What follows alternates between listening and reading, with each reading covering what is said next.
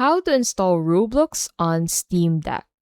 So first, go ahead and switch your Steam Deck to desktop mode. Navigate to Steam, head over to Power, and then click on Switch to Desktop to enable desktop mode. You'll find Sober's download link on its official website. So to access it on your Steam Deck, open the browser, go to Sober's official site, and select the Get Flat Pack button. Now install Subaru. Open the Discover App Store after your download finishes. From here, click the install button at the upper right of your screen. Type in your password when the authentication message appears. Download the Roblox Android APK. Go to your trusted APK installer on your web and then download Roblox.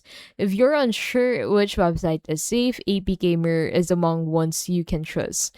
Ensure you're downloading the latest version of the app to access all its features.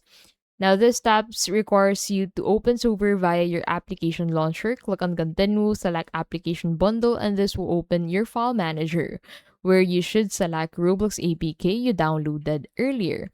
Click on Select Application Bundle on the installation prompt that will appear and you'll be ready to go. You can now play Roblox on your Steam Deck. And that is how you can basically install Roblox on Steam Deck.